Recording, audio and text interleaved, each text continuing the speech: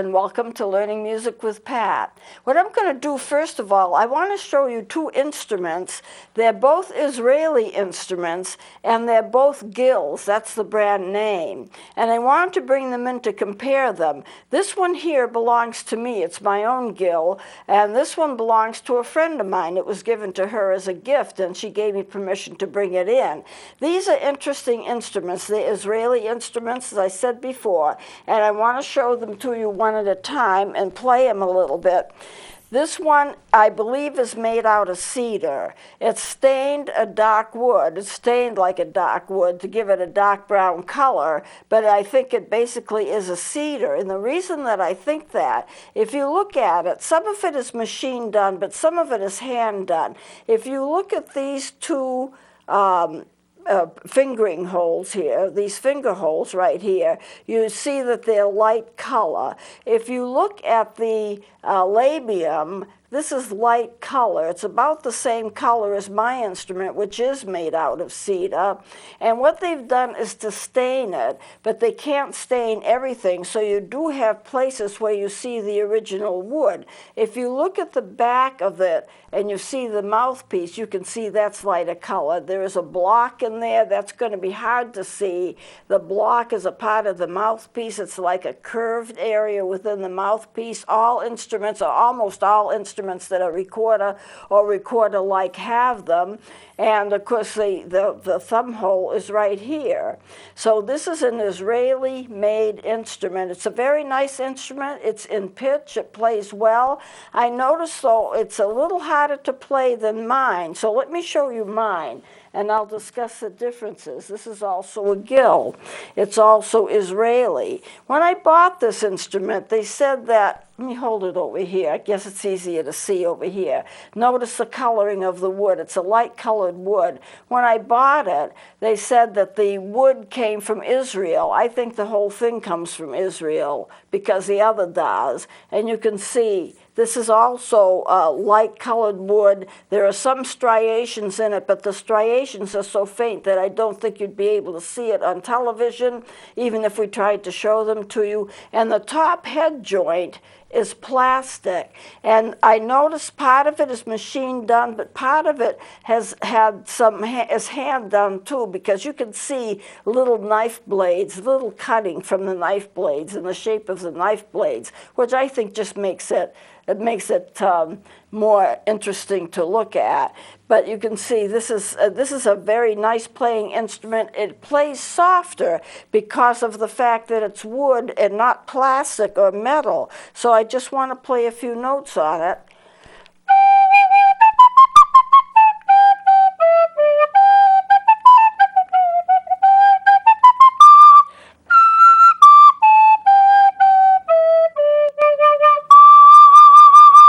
And it's in perfect pitch. Now I also want to mention, and it's true of the other one as well, there's only two joints. I mean, you have your head joint, and the rest of this is like a body that goes into the foot joint. Most instruments, if they're plastic, I'll show you another one. It won't be a wooden one, but I'll show you another one. Here's one of my little red ones. You can see, well, let me hold it over here. It's just so much easier to see. You have your head joint, you have your body, and down here you have your foot joint. Most of the wooden instruments do not have a foot joint. This foot joint comes right off, and the head joint comes off too. But it's very obvious that there is a joint there. On the wooden instruments, you don't find that. Well, here's my regular plastic one that I use often, and you can see very clearly the head joint, the body, and then the foot joint there, and that comes right off for cleaning purposes. And notice most of them have double holes on the bottom. The two bottom keys are double holes. And the reason that they have double holes and not single holes is the fact that it helps you play the sharps and flats. It helps you with your accidentals.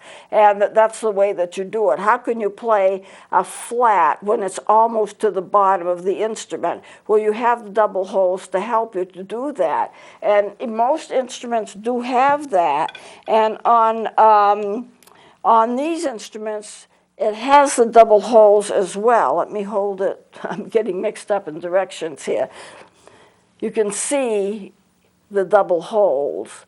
Now, not all wooden instruments have those double holes. I have a wooden instrument here from Germany. This is a German sonata, and it's one of mine, made in Germany, and it does not have double holes. If I hold it up like this, you can see from the light reflecting on it, it's kind of shiny, that it just has the plain holes all the way down. It plays just as well as any other instrument. It's not like you have to have the double holes to make it better, but when you do have the double holes, it just makes it easier for you to do some of the sharps and the flats. But you can do them also on these instruments that don't have these double holes, and I think that the double holes is a more recent introduction. So I want to mention this. It's a little bit harder to play. This is the one that's my friend's, an Israeli instrument that I just brought in. It's a little bit harder to play than the others. Even though it plays well, it's in pitch, and I think it was stained to look brown. And it's a little slippery. Whatever they put on it, and they may have put a glaze on top of that, it's a little bit slippery. And so it's easy to get your fingers so that they're not playing in the right position. And the position of the holes, they're right for this instrument, but they're a little bit different than they are for some of my others. So sometimes you can get mixed up. So let me just play a few, and you can see.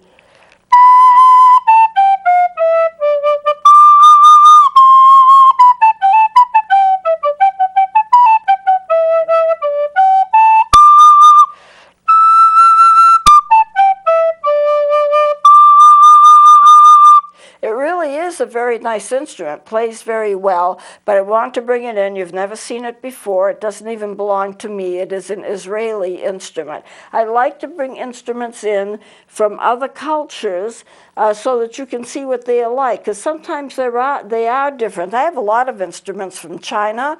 I have a lot of instruments from Japan. I have them from Indonesia, Germany, and various other countries, and I like to bring them in when I can, because I think it's important for you to be able to see the instruments and the cultures that they're in. I have Chinese and Bangladesh instruments. They have instructions that I can't read because it's in their native language, which isn't a language that I would speak. So I just wanted you to see them. I think I had mine in here once before, but I haven't brought it in very much. And the one that I brought in from my friend, you haven't seen at all. So these are Israeli instruments, and it just goes to show you. Every culture has its own way of making its instruments, and every culture has instruments that are very playable and very good. I could take this instrument from Israel, play it in an orchestra. No one would know the difference. The tone is just right. Everything is just right on it. So I just want to compare the two. They're both Israeli. Okay, now I just want to get into tonguing for a while here. If you are taking a music lesson, the first thing you learn, and I'm just going to go step by step, and for most of you this will just be old hat, but when you get the instrument, your first lesson, you learn how to take it out of the case, and believe me, that is a step that some students have to learn because it's not natural for them. You learn how to put it together without jamming it together so you don't damage it. You learn the position of each part, the mouthpiece in relation to the body of it, and where the mouthpiece sits in relation to the body. You learn where you put your fingers, how you hold it, how you blow into it. That's all critical. And then the very next thing you learn is how to tongue. You cannot play anything well unless you're able to tongue it. To tongue it just means you're actually putting your tongue. If you didn't have an instrument, and you would do the same thing. You would put your tongue on the back of your top teeth and just say ta, tu, something like that. Ti, ta, tu, and get used to the fact of getting your tongue up there by the front teeth, behind the front teeth, and saying that. Now, you don't say it audibly when you have an instrument in your mouth, but just stop to think. If you were not able to get your tongue up and make that sound, you couldn't say words like the, tough, temple, all of the words that have T's in them. Tough, temple, anything with a T, tone, to. And as you're doing that for those words, you're basically doing the same thing when you have the instrument in your mouth and you're tonguing. If you don't tongue, you can't play. You may be able to get sounds, you may be able to get tones, but you really can't play. And I've seen a lot of beginning students, and they're not taking recorder lessons, so the teachers would never let them do this, and they play without tonguing. They think once they get the air in and they get the tone, that's it. So they sound muffled, they sound insecure, they don't sound good. They would sound like this.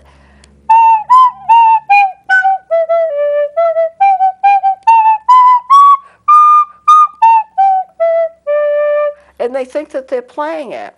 How much better to tongue it and make it clear?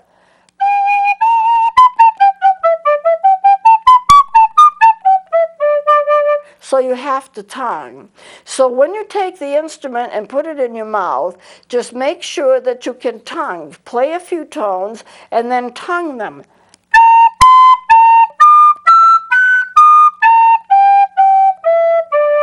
The notes will come out crisp, they'll come out clear, they won't be blended into each other like if you didn't tongue they would be, and you can get individual notes very clearly. So you put your tongue right behind, well, it'll be on the instrument because the instrument will be in your mouth, but it would be in the location like on the upper palate of your mouth and on each note. Now, it's good when you learn how to do that. You can play music that's very fast. Now, I'm going to play a piece which I wrote up, and it's not a great piece, but it just demonstrates tonguing and how important it is. I have it here. And if you can kind of follow along, first of all, this is 4/4 time, and it's got a 2-beat rest to begin with, and this is the 3rd beat, and the 4th beat are 8th notes, 4 and. 1, 2, 3, 4 and. In the key of G because it has 1 sharp and it's in the treble clef. I'm going to just play this, and I'm not going to play it very fast. If you were taking lessons from me, I would show you how to play it, and I would have you playing it slow because what I want you to do is to learn how to tongue. So this is an exercise. I made the exercise into a song just to teach you how to tongue. This is going to be important for all brass instruments and all woodwind instruments because you have to learn to tongue both. Guitars, piano, other stringed instruments, you don't have to worry about that.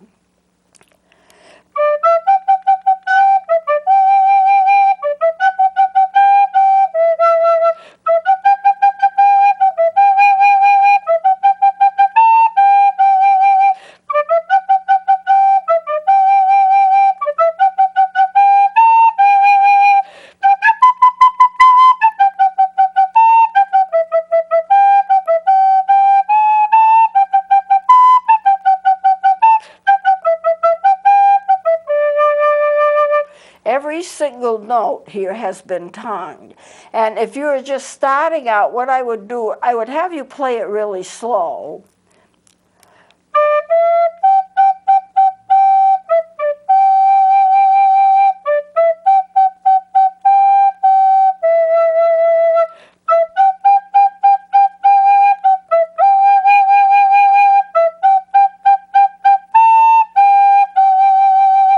Now, it might even be slower depending upon how well you do with it. And if you do well, you can play it faster and faster. One of the things you need to do when you practice any piece of music is you start off slow. And then after you get a little better at it, I mean, don't worry that it's slower than you're going to play it in the end. You're just getting used to the notes, you're getting used to the fingerings, and you need to do it slow to do that. I know when my sister was studying piano lessons, she had a teacher that used to make them hold every single note for 4 beats. And of course, it didn't sound good because the music wouldn't be written with every single note as 4 beats. But that doesn't matter. They were getting used to the fingering, they were getting used to how they held their hands, and they were getting used to what it sounded like and how the harmony mixed in with it. And it would be 1, 2, 3, 4, 1, 2, 3, 4, 1, 2, 3, 4, 1, 2, 3, 4 for every note, and then gradually increase the speed and then get the timing right. They would do it then in the timing that it was supposed to be in. Now, slowness is not a bad thing. You increase your volume, your air, it helps you with your diaphragm, it helps you with your breathing, it helps you with your tone.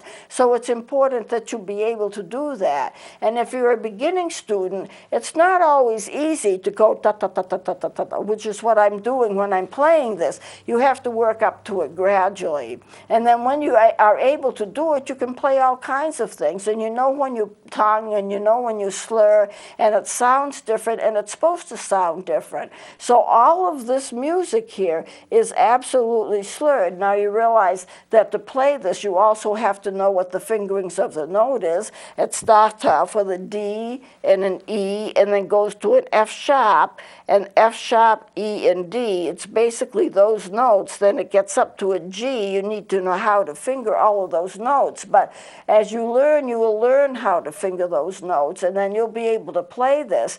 And it's less boring than just sitting there and tonguing.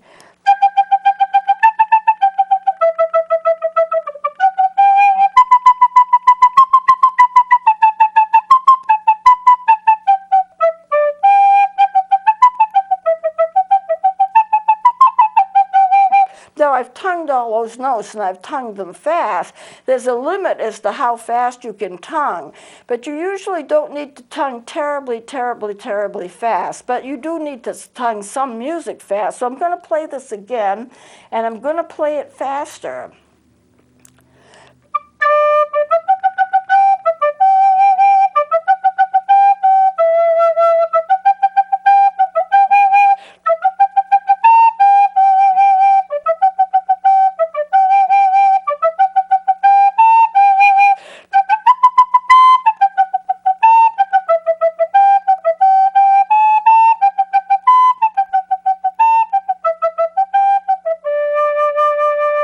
Now, it's a real song, and it's a real song that's based upon tonguing. Probably a lot more fun to play than just sitting there tongue, tongue, tongue, tongue, tongue without a song. I like to take the exercises, I like to take what you need to do, and I like to put them in a musical song.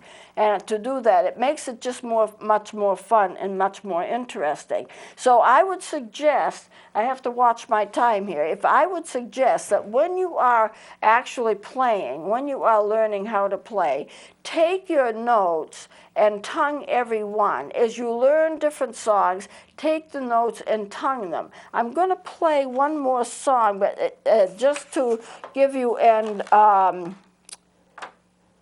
let's see, it's a march. I'll play this march, and I'm not going to explain it much now because we're running out of time, but just to play it. And you'll find that most of these notes here are also tongued.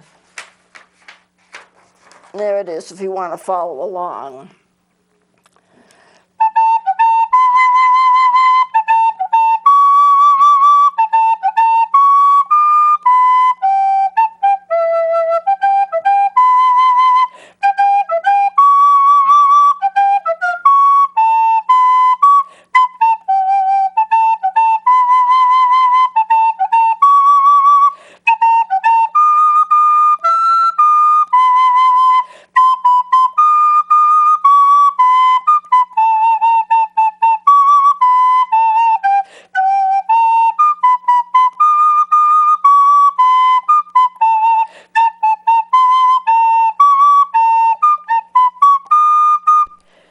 Okay, we've run out of time pretty much, so I'm not going to go any further than that. But in this kind of song, you have to know sharps, you have to know what your fingerings are. But here again, I tongue most of the notes, not all of them, but I do tongue most of them. So I'm going to continue with this next time, starting off with the song and then kind of dissecting it for you. And you can see where you slur, where you tongue, where you hold, and I'll be showing you some fingerings as well. So we'll close it here. Please join me next time.